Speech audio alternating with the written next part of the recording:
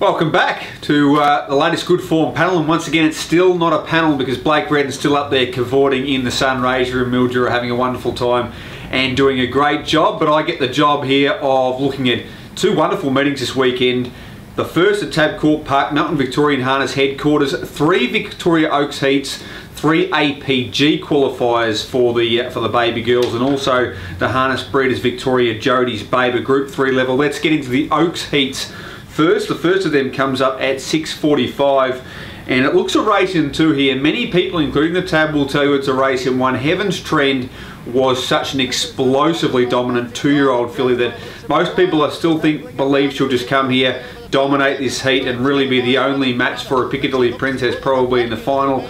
I'm a little bit warier. I've actually gone with Dancing with Sierra to beat Heaven's Trend, which is fraught with danger to be against Emma Stewart, but that's what I've done here. Primarily, I think at heat level, Dancing with Sierra's got more gate speed. I think you can find the front here, and if it does, it might be able to park Heaven's Trend, and they might not be too bothered about putting a great deal of pressure on through the middle stages. So I'm pretty confident that these two horses will draw away. The only other one you might want to include high up in your exotic wagers is a New South Wales Visitor Art Mistress, but I'm tipping a minor upset here with Dancing with Sierra maybe getting the better of Heaven's Trend.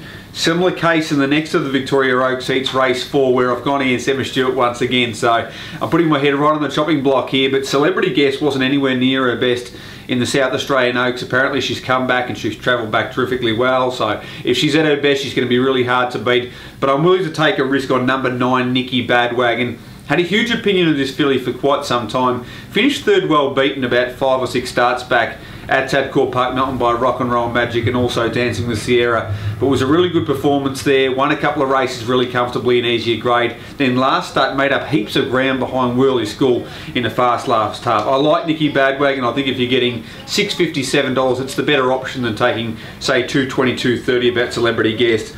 Other ones you want to be including here, All in Your Hands is a really good sit sprinter drawn to perfection in gate 1, and Navina Rose is an untapped filly for Andy Gath as well, first up from a break without a trial. So interesting race, but I've gone with Nikki Badwagon there. The third and final of the Vic Oaks heats looks to be a procession for a Piccadilly Princess, better known as Piccadilly Princess back home in New Zealand. Would be below our Dream About Me, but on about a level bar with our Golden Goddess, and maybe a little bit better than her. She's been beating her of recent times in New Zealand, so very, very highly rated Kiwi filly, beautifully drawn here, should find the front pretty comfortably and be too good. I thought you definitely want to include Queen of Sharks number 1, the South Australian, in multiples. I've backed her at $2.40 with fixed odds TAB for a place, but it's a great race, easily the strongest of the heats. Dodo-licious, the WA filly who did such a great job through the New South Wales Oak Series, Whirly School's there, Flojo's Gold, and plenty of others, but a Piccadilly Princess should be winning.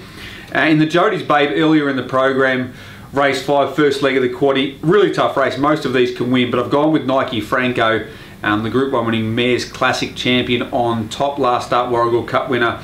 I've got her on top of My Willow, who actually beat her home in the Ladies Ship Mile. Great contest of class between those two, but if you're playing quaddies here, stagger them up and make sure you also include horses like Live Lavish, Millie Perez, Beach Shack, even Steam Wash down the page. So a really open race, but Nike Franco on top. And very, very quickly through these APG heats, in the first of them, I'm going with All Done Up, and I'm pretty confident about this. Only had the one trial, but was a really, really impressive trial. Just cruised to the line and was beaten by Dolly McLumbo. But from the draw here, I'm pretty confident that she can turn the tables and get the job done. All Done Up in the second of the heats. Looks a 2-horse race between Kian Goddess and Perfect Sense, who might well be the 2 best fillies in the series. They should be lead and breeze and draw away from their rivals. And in the last of the qualifiers, I've gone with Adore Ruby. Really, really tricky heat this one, but Adore Ruby trialled pretty impressively at Shepparton and might be too good. That great combination, of course, of Amanda Turnbull and Nathan Jack. Incredible night of racing at Tabcorp Park, and even more anticipation as we head towards Mildura for the Mildura Cup on Saturday. Good luck and good punting.